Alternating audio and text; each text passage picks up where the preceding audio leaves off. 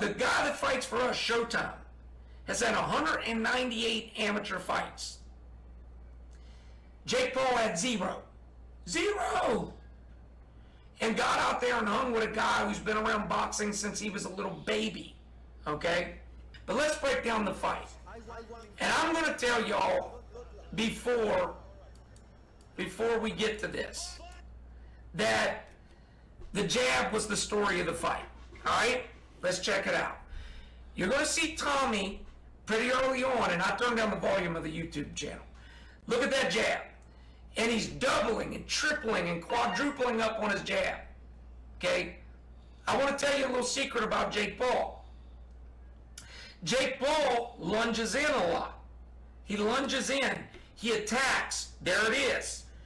Tommy punished him with the jab the whole fight, and it threw Jake's game plan off. Because Jake likes to lunge in, attack, and then throw that big looping overhand right. And it's very effective. Tommy jabbing him took that away. Did you feel like Jake looked fatigued, and after about 2-3 rounds? I mean, nah. I mean, he looked all right from what I was seeing. And people, and look, you go online right now, all people are doing is clowning. I don't get that. I don't get it. How do you clown? I think he landed some good ones too. Oh, he did? No. My bad, people. 1 second. Is that the soundbar? Because I think there was an option to it. There we go. Let me know if that's any better, y'all. Let me know if that looks any better. Yeah, Zach. Look, I've defended Jake Paul pretty regular, but I'm going to tell you this. Nobody should have given him a win in this fight. He did not win the fight, okay? Tommy controlled him with the jab all night. And some of these jabs were just savage. But now again, okay, Crazy D said the mic sounds better. Now, with that said, Jake landed some big shots in this fight. He landed some big shots, okay? And here's what I'm going to tell people. And this is going to fuck y'all up. I told people in the Street Beefs group that Tommy, Jake had won against a bunch of over-the-hill YouTube fighters. MMA fighters, right? And he got knockdowns on Tyron Woodley and Spider Silva. And I'm going to tell you why. Your chin goes as you get older. And I told people, Tommy Fury is a young stud. He's a young thoroughbred. Jake was not going to knock him out. I figured he could take the shots that Silva and them could no longer take. I believe if you get Spider Silva back at even age 40, understand something, Spider Silva was 47 years old. Hey, I'm Mr. Scooby. What up, bro? Thanks for tuning in. Listen. It's like this.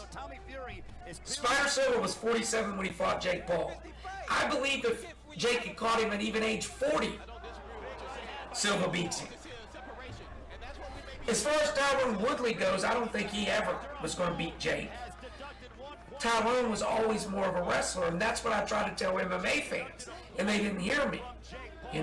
Toxic Falcons, what's up, bro? Let me see. So you see, Tommy just putting together combos on this guy. And I think Jake also showed a lot of heart here. Snipey said, well, also Paul handicapped them by not actually fighting, just boxing. Boxing is fighting. I'm not even going to entertain. So, all right. I got to ask this. I got to ask, no disrespect, Snipey. You're giving your opinion, and I'm not offended by it. But I got to ask you a question. I've participated and witnessed dozens of street fights where two dudes just stood there and threw hands. Not because they were required to, because that's what they did. They just stood there and threw hands. So were those not fights because all they did was punch? Honest question. Now, usually when I ask people this, they say, well, it's because they have the option to do other stuff. But they didn't. They didn't do other stuff. So, because they only threw punches, is it not a fight? Because I can tell you, I promise you, there's still a shitload of people walking the streets that are going to fight and may never throw a kick, never use a takedown, and may not need to,